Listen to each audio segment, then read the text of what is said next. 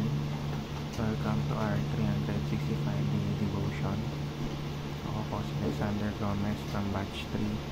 At ang topic po na tatalakayin natin ngayon ay praying with a humble heart.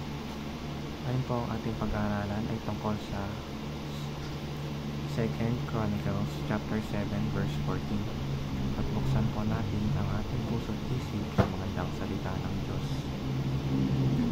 Sinasabi dito na, if my people who are called by my name and will humble themselves and pray and seek my face and turn from their wicked ways, then I will hear from heaven and I will forgive their sin and will heal their land.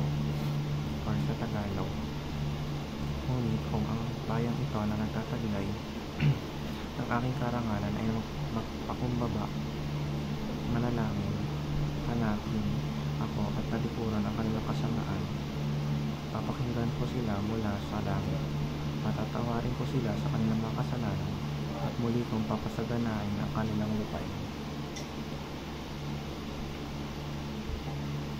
Sinasabi sa verse na kung tayo raw ay magpapakumbaba na aminin at talikuran ang ating mga kasalanan, ay patatawarin tayo ng Panginoon at muli niyang isasaayos ang mundo at ihihil ang ating sanlibutan.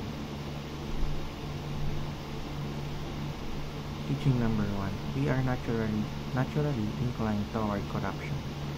Magmula nung magkasala ang ating mga ninuno na si Eva at Adan, ay nahulog na tayo sa kasalanan. At dito na nagsimula na nakatakda na tayong magkasala dahil nakasanayan na natin ito. Teaching number 2. We need humility and repentance. Kailangan natin magpakumbaba na humingi ng tawad sa ating mga kasalanan. At hindi ko yan matatapos kundi kailangan natin ng repentance na talikuran ang mga kasalanan natin at humarap na pulis sa ating Panginoon.